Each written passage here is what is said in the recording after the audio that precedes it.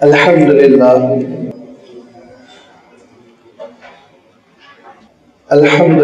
رب العالمین والصلاة والسلام على سید المرسلین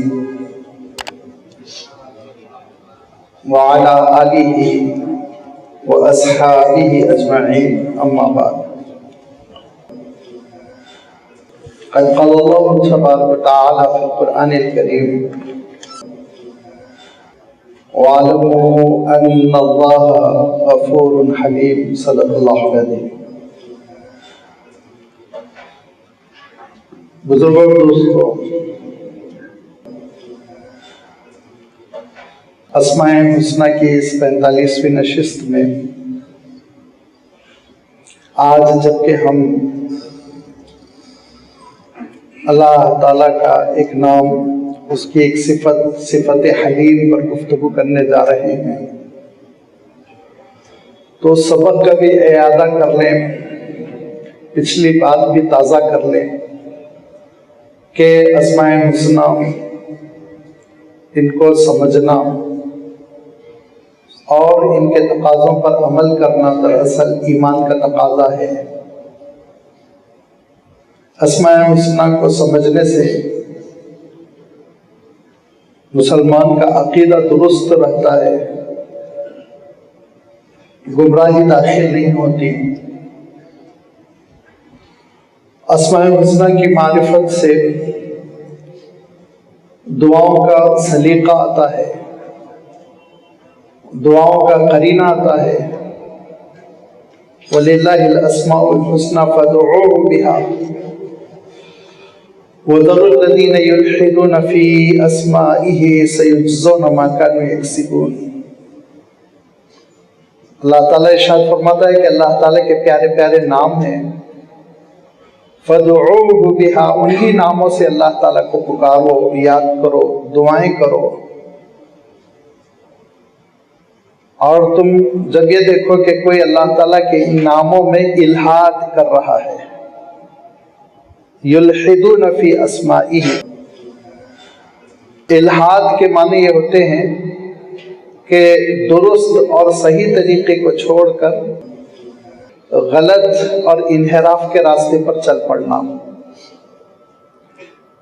لحد اس قبر کو کہتے ہیں جس میں آپ سیدھا کھودنے کے بعد دائیں یا بائیں جانب اندر کی طرف جائیں اور میت کو اندر لٹا کر اوپر سیدھا بھر دیں۔ ایک کنارے ہو جانے کو الحاد کہتے ہیں، ایک گوشے میں ہو جانے کو الحاد کہتے ہیں۔